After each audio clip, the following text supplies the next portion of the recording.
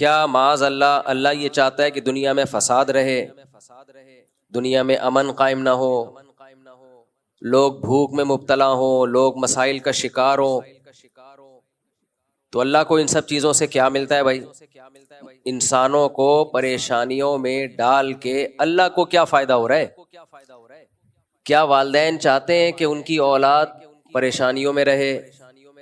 لیکن حدیث میں تو آتا ہے بھائی اللہ کو اپنی مخلوق سے محبت ماں سے 70 گنا زیادہ ہے، تو پھر اللہ تعالیٰ کیوں انسان کو پریشانیوں میں بھی ڈالتے ہیں؟ وَنَقْص وَلَنَبْلُوَنَّكُمْ بِشَيْءٍ مِّنَ الْخَوْفِ وَالْجُوعِ، خوف میں ڈالیں گے، بھوک میں ڈالیں گے، وَنَقْصٍ مِّنَ الْأَمْوَالِ، مال کا نقصان بھی ہوگا، وَالْأَنفُسِ، جانوں کا نقصان بھی ہوگا، وَالثَّمَرَاتِ، پیداوار کا نقصان بھی ہوگا۔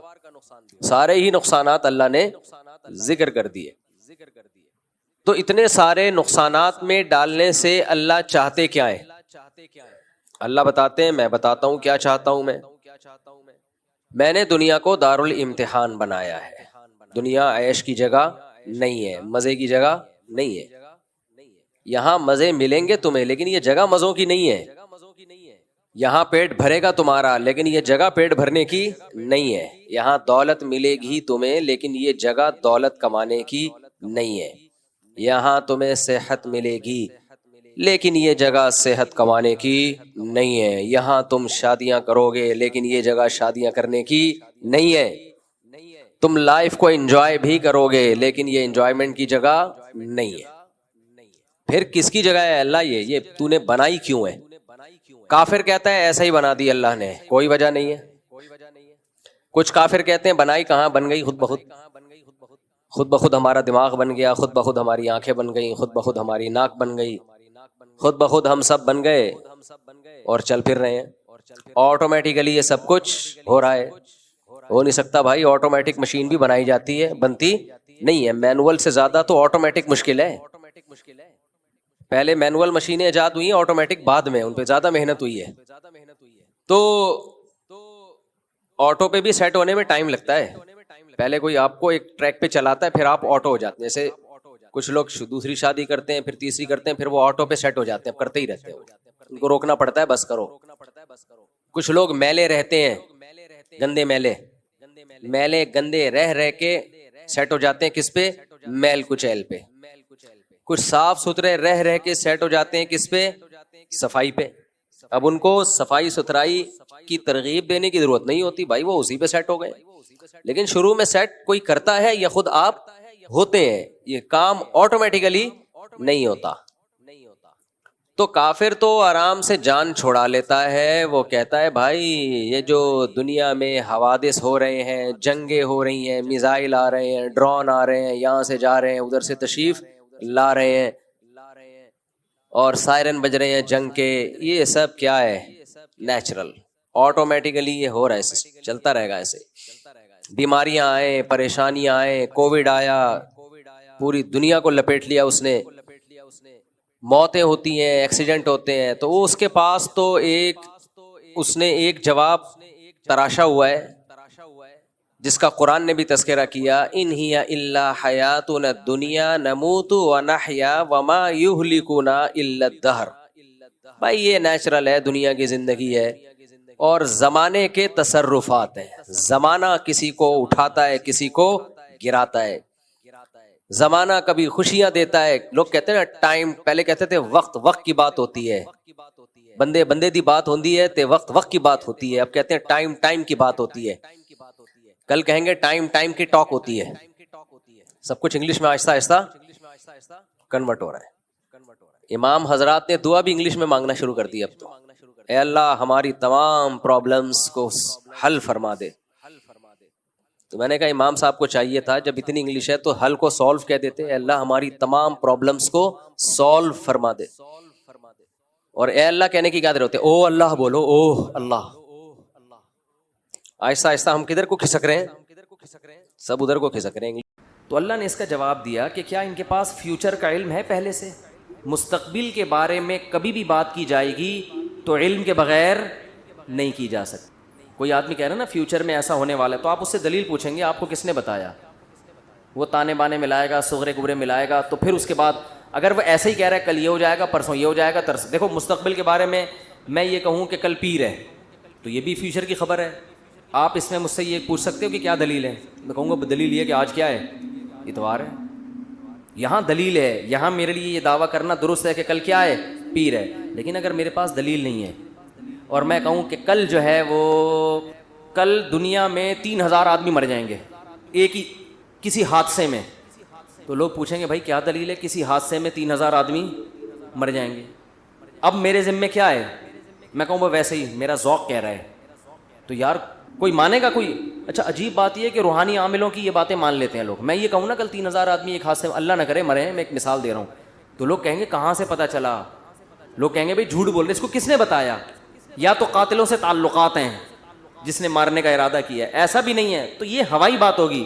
لیکن یہی بات روحانی عامل کرے گا تو لوگ کیا کریں گے, حضرت کا علم ہے بھائی, حضرت کے پاس بولو علم ہے. ابھی روحانی عاملوں پہ نہیں جاؤں گا, پھر میں معین اختر کی طرح نا بلب کے رشتہ داروں کو بھی, تو اب تو میں روحانی عاملوں کے رشتہ داروں کو بھی اچھے الفاظ سے یاد نہیں کرتا. رشتہ داروں سے مراد وہی جو بلب کے رشتہ دار تھے. اب آپ کہیں گے بلب کے کون سے رشتہ دار ہوتے ہیں, ہمارے ہاں کبھی بھی جس بندے کو برا کہا جاتا ہے گالی اس کو نہیں دی جاتی, ہمیشہ اس کے رشتہ داروں کو ہمیشہ گالی دی جاتی ہے. یہ ہمارے ایک ٹرینڈ چل نکلا ہے. تو قرآن کہتا ہے کہ ام عندہم الغیب فہم یکتبون. کیسے دیکھو ہمیں جھنجھوڑ رہا ہے قرآن کہ تم اپنے بارے میں کیوں فرض کر کے بیٹھے ہوئے ہو کہ تمہیں کچھ بھی ہونے والا نہیں ہے, تمہیں سزا نہیں ملے گی. یہ تمہیں کس نے بتایا ہے؟ فاصبر لحکم ربک ولا تکن کصاحب الحوت. جب نبی یہ مطالبے کرتے تھے تو پھر بھی آگے سے کوئی رسپانس نہیں ملتا تو انسان کو بے انتہا تکلیف ہوتی ہے کہ کن پتھر دل لوگوں سے واسطہ پڑا ہے. تو قرآن کہتا ہے فاصبر, اے نبی آپ کیا کرو, صبر کرو. ولا تکن کصاحب الحوت, مچھلی والے یونس کی طرح جلباز مت بنو. حضرت یونس علیہ السلام کی قوم نے بھی یہی سلوک کیا, لیکن یونس علیہ السلام چاہتے تھے جلدی سے فیصلہ ہو اور اپنی قوم کو چھوڑ کے نکل گئے. تو اللہ نے اس پہ آپ کی تنبیہ کی, تو آپ بھی اے نبی جلد بازی مت کریں. تو یہ نبی کے ذریعے سے ہمیں بھی بتایا جا رہا ہے کہ آپ حق کی دعوت دیتے رہیں, اور یہ نہ دیکھیں کہ یہ جو اللہ کے نافرمان لوگ ہیں, جو حق کو نہیں ماننے والے لوگ, وہ پھر بھی پھل پھول رہے ہیں. اس ٹینشن میں مت آؤ, کیونکہ اللہ انصاف کرتا ہے مگر اس میں دیر ہوتی ہے, اندھیر نہیں ہوتی. وہ لے گا انتقام, ان کو اپنے حال پہ چھوڑ دو. یہ اللہ کی حکمت اسی کا تقاضا کرتی ہے, چھوڑ دیا جائے اپنے حال پہ. آج جو اہل حق ہے نا ان کو بہت تکلیف ہوتی ہے کہ جب یہ ہم صحیح بات کر رہے ہیں لیکن آگے جواب جو مل رہا ہے وہ کیا مل رہا ہے, الٹا, کوئی مان کے نہیں دے رہا. تو اللہ فرماتے ہیں وَلَا تَكُنْ كَصَاحِبِ الْحُوتِ إِذْ نَادَى وَهُوَ مَكْظُومٌ. یونس علیہ السلام نے جلد بازی کی اور بالآخر اللہ کی طرف سے ان کو دنیا میں تنبیہ ہوئی ہے, سزا ملی ہے. اور وہ سزا کیا ملی؟ اذ نادا وہو مکظوم, مچھلی کے پیٹ میں گئے, غم سے گھٹ رہے تھے اور اللہ کو پکارا, فنادا فی الظلمات اللہ الہ الا انت سبحانک انی کنت من الظالمین. اے اللہ تیرے سوا کوئی عبادت کے لائق نہیں. غلطی کس کی ہے؟ میری غلطی ہے, میں نے اپنی جان پہ ظلم کیا. تو اللہ نے کیا کیا؟ مچھلی کے پیٹ سے نکال لیا. دیکھو یونس علیہ السلام نے اللہ کے حکم پہ کتنا عرصہ تبلیغ کی, قوم نے نالائقی کی, پھر بھی نہیں مانے. سزا بجائے قوم کو ملنے کے کس کو مل رہی ہے؟ بولتے کیوں نہیں, الٹا حضرت یونس علیہ السلام کو مل رہی ہے سزا. تو اب آپ بتاؤ کیسا پیغمبروں کا صبر کا پیمانہ ہے. ایسے موقع پہ بھی اللہ کے خلاف کوئی شکایت زبان سے بولو نہیں نکال. کیوں؟ اللہ یونس علیہ السلام کے عمل میں ہمیں بتا رہے ہیں کہ دینداری کا یہ مطلب نہیں ہے کہ تم اچھے بنو گے تو اللہ کی نوازشیں آنا شروع ہو جائیں گی. دینداری کا مطلب یہ کہ جو اللہ کا کام ہے وہ اس کو کرنے دو. تمہارا کام ہے عاجزی انکساری, بس میں ہی غلط, صحیح ہو کے بھی کون غلط؟ میں غلط. ہمیشہ غلطی کس کی کھاتے میں ڈالنی ہے؟ بولتے کیوں نہیں؟ دیکھو ہم نماز پڑھتے ہیں, نماز کے بعد 3 دفعہ استغفر اللہ پڑھتے ہیں, تو کیا کسی نامحرم کو دیکھا ہوتا ہے ہم نے نماز میں؟ بولتے کیوں نہیں؟ تو کوئی تک بنتا ہے استغفر اللہ کا؟ یا ہم نے کوئی جرم کیا ہے, نماز پڑھی اور کیا کہلوایا جا رہا ہے؟ استغفر اللہ استغفر اللہ. بھائی اگر استغفر اللہ پڑھنا تھا تو یہ نماز پڑھی کیوں کی تم نے؟ ہمیں یہ بتایا جا رہا ہے کہ تم نیکی کر کے بھی کیا سمجھو جیسے تم نے گناہ کیا ہے. کیسے گناہ؟ نماز گناہ نہیں ہے بھائی. تم یہ کہو اے اللہ جس طرح سے پڑھنی چاہیے تھی اس طرح سے نہیں پڑھی میں نے, تو نیکی کر کے بھی کہا جا رہا ہے کہ ہم غلط ہیں, ہم نے اللہ جو پڑھنی تو ہمیں معاف کر دے, ہم سے نہیں ہوئی صحیح, ہم سے کام کیا ہو گیا, غلط ہو گیا. مجھے یاد ہے 25-30 سال پرانا قصہ ہے, چھوٹا بچہ تھا میں اس وقت. ایک تبلیغی جماعت میں نا ایک صاحب کے سال پہ سال لگ رہے تھے, پوری دنیا میں وہ ان کے سفر ہوئے, بڑا انہوں نے وقف کیا ہوا تھا اپنے آپ کو تبلیغی جماعت کے لیے. تو میرا ان سے ٹاکرا ہو گیا, وہ مجھے سمجھانے لگے جماعت میں نکلو, سیر و جیسے تبلیغ والے کرتے ہیں. اب مجھے پتا تھا یہ بہت ہی پرانے کھیڑو ہیں اور ان کی تو زندگیاں گزر گئی ہیں اس کام میں. میں نے کہا ماشاء اللہ, اللہ نے آپ سے بڑا کام لیا ہے تبلیغ کا. کہتے ہیں ہاں میں نے بہت بگاڑا ہے تبلیغ کے کام. کہہ رہے ہم تو کام بنانے والے نہیں, کس میں ہم تو بگاڑنے. کہہ رہے میں تو بگاڑ ہی رہا ہوں جب سے. مجھے ان کا یہ اسٹائل بہت اچھا لگا. یعنی اپنے آپ کو کہہ رہے ہیں کہ تبلیغی جماعت میں اگر کوئی خرابی ہے تو وہ کس کی وجہ سے ہے, بولو. وہ اپنے بارے میں کہہ رہے ہیں وہ کس کی وجہ سے, مجھے نہیں کہہ رہے تھے, اپنے بارے میں کہہ رہے تھے. وہ کس کی وجہ سے, میری وجہ سے. کہہ رہے ہم کام بنانے والے نہیں بلکہ بگاڑنے والے ہیں. اب کوئی فسادی ہوتا تو کہتا ہے جب بگاڑنے والا تو کر کیوں رہا ہے پھر ہمیں, یہ تو اس نے خود کہا ہے, اپنی زبان سے بولا ہے کہ ہم بگاڑنے والے ہیں, یوٹیوب پہ کلپ ڈالتا ہے یہ دیکھو خود. تو مجھے ان کی یہ تواضع پسند آئی. میں نے کہا دیکھو یہ بیچارہ صبح و شام اس کام میں لگا رہتا ہے, مگر یہ کہہ رہا ہے جو تبلیغ کا کام پھیل رہا ہے اس میں جو برکتیں ہو رہی ہیں وہ میرے علاوہ لوگوں کی وجہ سے ہو رہی ہیں, اور جو خرابی آ رہی ہیں وہ کس وجہ سے ہو رہی ہیں, وہ ساری میری وجہ سے ہو رہی ہیں. تو آج مارکیٹ میں یہ چیز کیا ہے, شارٹ. ہر اچھا کام میں نے کیا, برا کام ستار بھائی نے. ستار بھائی نہ ملے کہیں مجھے. ایک دن ایک فون آیا, میں نے فون اٹھایا, کون کہہ رہے ہیں, ستار بھائی بات کر رہا ہوں. بڑے میں نے کہا بیٹا یہ مجھے نہیں چھوڑے گا, یہ کہے گا مفتی صاحب بہت تم نے جو ہے نا, لیکن وہ شکر ہے ایسی کوئی بات تھی نہیں. تو جنات کا دیکھ لو, قرآن مجید میں آتا ہے کہ جب نبی صلی اللہ علیہ وسلم نے تبلیغ کا کام شروع کیا نا, تو جنات بھی کی ایک جماعت نے نبی کے قرآن کی تلاوت سنی اور جا کے اپنی قوم کو انہوں نے تبلیغ کرنا شروع کی. تو تبلیغ کا انداز دیکھو جنات کا, کیونکہ ہدایت مل گئی تھی ان کو, مسلمان ہو گئے تھے. تو تبلیغ کیسے کر رہے ہیں کہ بھئی دیکھو دنیا میں کوئی بڑا کام ہوا ہے, ہمارا آسمانوں پہ داخلہ بند ہو گیا, انا لا ندری ہمیں نہیں پتا, اشر ارید بمن فی الارض, کہ جو اللہ نے محمد صلی اللہ علیہ وسلم کو دنیا میں بھیجا اور شیاطین کا اوپر جانے کا سیٹ اپ بند کر دیا, ہمیں نہیں پتا کہ زمین والوں کے ساتھ شر کا ارادہ, کیونکہ بعض دفعہ اللہ پیغمبروں کو بھیجتے ہیں حجت تمام کرنے کے لیے تاکہ حجت تمام ہو اور پوری قوم کو تباہ کر دیں, تو شر بھی ہوتا ہے نا اس میں. کہہ رہے ہیں انا لا ندری ہمیں نہیں پتا, اشر ارید بمن فی الارض, کہ جو لوگ زمین میں رہتے ہیں ان کے ساتھ برائی. آج بہت بڑی مصیبت یہ ہے کہ اسلام کا حکم پر یا تو عمل نہیں کرتے, اور اگر کرتے ہیں تو ایسوں سے پوچھ رہے ہوتے ہیں جن کو خود بھی حکم معلوم نہیں ہوتا, مستند نہیں ہوتے, پھر بحث بھی کرتے ہیں فضول. اگر کسی مستند عالم سے رابطہ کریں تو پھر اس کی رائے کو مانتے نہیں ہیں.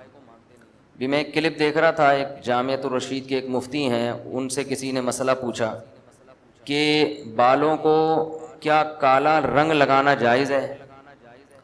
تو مفتی صاحب تھے, ینگ نوجوان مفتی ہیں, انہوں نے جواب دیا کہ 40 سال سے پہلے بلیک کلر لگا سکتے ہیں, 40 سال کے بعد نہیں لگا سکتے. فیس بک پر ہر آدمی فنٹر بیٹھا ہوا ہے, نیچے اتنے الٹے الٹے کمنٹس کہ اس مفتی کو دیکھو بغیر دلیل کے مسئلہ بتا دیا اس نے. یہ 40 اور 40 کے بعد کا فرق کون سی حدیث سے نکالا ہے, یہ کون سی قرآن کی آیت سے نکالا ہے. بس انہی مفتیوں نے دین کو برباد کر دیا, انہی مفتیوں نے دین کو تباہ کر دیا. بہت زیادہ تر نیگیٹو کمنٹس. تو میں نے کہا کہ یہ ان میں سے ہر شخص کیا بنا ہوا ہے بھائی, جب ایک ریلائبل ادارے کا ایک مستند عالم ہے, یا تو ہونا کوئی بھی اٹھ کے پھینک رہا ہو, تو اتنا بے وقوف تو نہیں ہوگا نا کہ بغیر دلیل کے 40 سے پہلے اور بعد کا فرق کر کے مسئلہ بتا دے. بعض دفعہ عالم کے پاس مسائل کا رش ہوتا ہے, وہ جواب کو فوکس کر رہا ہوتا ہے, اختصاراً دلیل ذکر نہیں کی جاتی.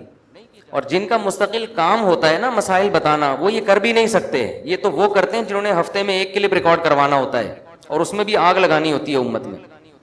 جو صبح و شام یہ کر رہے ہیں کام, تو اس کے لیے عوام کے لیے اتنا کافی ہے کہ کسی مستند دینی ادارے سے فارغ ہے یا نہیں, اور دینی ادارے کا مستند ہونا بھی اچھی طرح پہلے تحقیق کرے, کیسے لوگ ہیں, کیا کرتے ہیں, کیا سلیبس پڑھایا جاتا ہے. جب ایک دفعہ تحقیق ہو گئی تو اب ہر مسئلے پر وہ دلیل بتاتا رہے گا, اس کا تو بیچارہ سارا دن ایک ہی مسئلے میں لگ جائے گا. بالکل اس کی مثال ایسے ہے جیسے کلینک میں کوئی مستند ڈاکٹر بیٹھا ہو, تو آپ یہ تحقیق تو کرتے ہیں کہ یہ کسی اچھے ادارے سے ہے یا نہیں ہے, بلکہ یہ بھی پوچھتے ہیں کہ بھائی تم آج کل کس ہاسپٹل میں ہو. وہ اگر کہ میں آغا خان میں سینئر ڈاکٹر ہوں, آپ آنکھ بند کر کے علاج کراتے ہو, یار ایک ریلائبل ادارہ ہے. اب وہ 24 گھنٹے پیشنٹ کو دوائیں دیتا رہے اور ان کی دلائی بھی بتاتا رہے کہ میں نے پیراڈول اس لیے دی ہے, اس کی یہ وجہ ہے, اور اس میں ایموکسل کا میں نے جو اضافہ کیا اس کی یہ وجہ ہے, اور آگمنٹن جو میں نہیں دے رہا اس کی یہ وجہ ہے. تھوڑے دن میں وہ ڈاکٹر بیزار آ جائے گا, وہ یہ کہے گا میں سارا دن 25-30 پیشنٹ کو میں نے دیکھنا ہے. لوگ یہاں ایک بات کرتے ہیں, لوگ کہتے ہیں دین میں اور دنیا میں فرق ہے.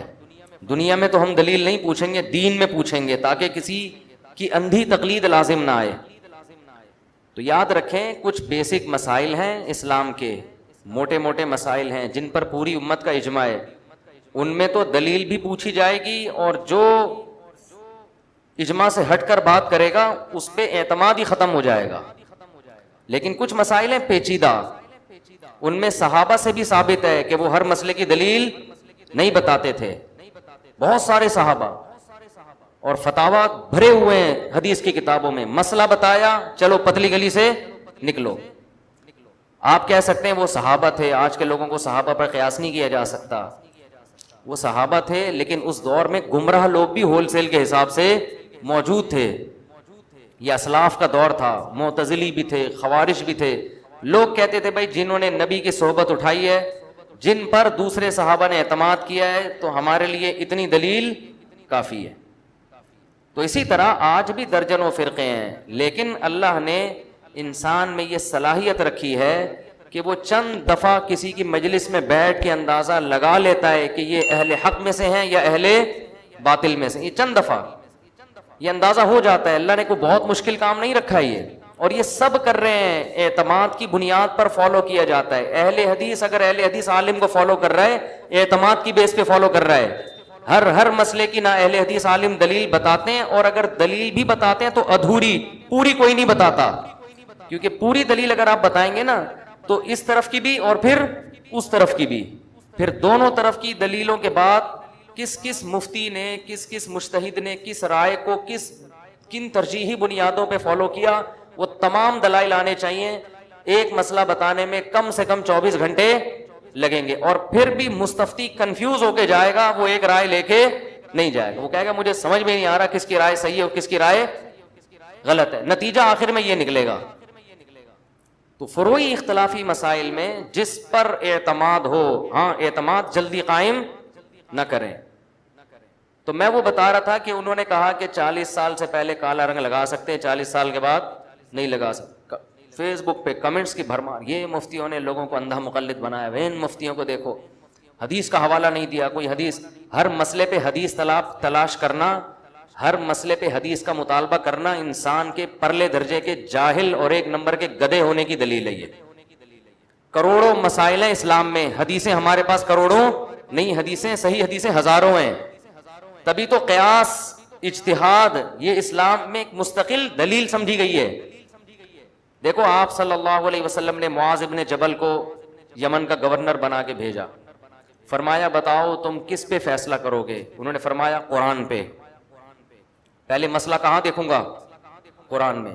نبی نے فرمایا قرآن میں نہ ملے تو فرمایا آپ کے قول سے, حدیث سے. فرمایا اس سے بھی نہ ملے, فرمایا اجتہاد کروں گا. اس سے پتہ چلتا ہے ہر مسئلہ حدیث میں بولتے کیوں نہیں ملے گا. ہر مسئلہ قرآن میں نہیں ملے گا. مسائل تو لاکھوں کروڑوں ہیں, حدیثیں ہزاروں ہیں, کروڑوں نہیں ہیں. تو ان سے استنباط کرنا پڑے گا, اخذ کرنا پڑے گا حدیثوں سے, اور یہیں سے تقلید بھی ثابت ہوتی ہے. نبی نے یمن کا گورنر معاذ ابن جبل کو بنا کے بھیجا. فرمایا کہ تم جب ان کے درمیان فیصلہ کرو گے تو کس سے؟ فرمایا قرآن سے. تو کیا مطلب یمن کے لوگ آپ کو فالو کریں گے کہ نہیں کریں گے؟ یا یمن آپ یہ فرما دیتے یا رسول اللہ میں فیصلہ کروں گا ہی نہیں, میں ان سے کہوں گا میری تقلید مت کرو, میری اتباع مت کرو. اتباع تقلید ایک ہی چیز کے دو نام ہیں, یہاں بھی گھماتے ہیں ادھر سے. اتباع یوں ہے, تقلید یوں ہے, فلاں کتاب میں. قرآن و سنت کی اصطلاح میں, قرآن و سنت میں تقلید اور اتباع میں کوئی فرق ہی نہیں ہے. یہ جو کہتے ہیں نا اتباع وہ ہوتی ہے جو دلیل سے ہو. دلیل سے جب اتباع ہوگی نا کسی کی تو وہ دلیل کی اتباع ہوگی, اس بندے کی اتباع نہیں ہوگی. یہ تھوڑی سی سینس ہونی چاہیے انسان میں.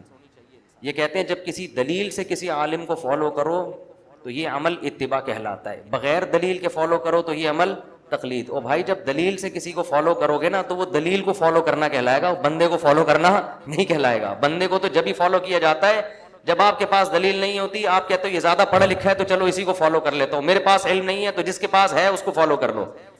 تو کہاں سے کہاں, جلدی سے سمیٹ کے میں موضوع کی طرف آتا ہوں.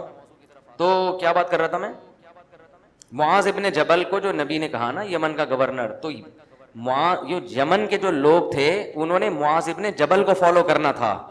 ان میں ہر شخص قرآن اور حدیث میں نہیں گھسے گا کیونکہ ان کو سب کو علم نہیں ہے. علم نہیں ہے تو وہ کس کی تقلید کریں گے, معاذ ابن جبل کی. اور معاذ ابن جبل اپنی ذمہ داری پوری کریں گے, ان کے پاس علم ہے لہذا وہ قرآن میں دیکھیں گے, نہیں ملا حدیث میں دیکھیں گے, نہیں ملا کیا کریں گے, اجتہاد. اور جو اجتہاد کریں گے عوام اس پہ اعتراض نہیں کرے گی, عوام اس اجتہاد میں ان کو فالو کرے گی. عوام میں ہر اجتہاد, ہر ایک اجتہاد نہیں کرے گا. سمجھتے ہیں کہ نہیں سمجھتے؟ عوام میں تھوڑی ہر ایک بیٹھ کے اجتہاد کرے گا. عوام نے ٹماٹر بھی بیچنے, عوام نے پیاز بیچنے, عوام نے وہ انگلش لینگویج ٹیچر بیٹھے ہوئے ہیں انہوں نے انگلش پڑھانی ہے اینگلو فائل میں, ٹھیک ہے نا. ہر آدمی اگر تحقیق اس طرح سے کرنا شروع کر دے, فروعی عقیدے میں نہیں, اجماعی مسائل میں نہیں, باریک فروعی اختلافی مسائل میں ہر آدمی کرے گا تو یہ اول تو ایسا کرے گا نہیں. ہر آدمی جھوٹ بولے گا کہ میں کر رہا ہوں حالانکہ کر نہیں رہا ہوتا, وہ تقلید ہی کر رہا ہوتا ہے. اور اگر کرے گا تو پھر اور کسی کام کا وہ نہیں رہے گا.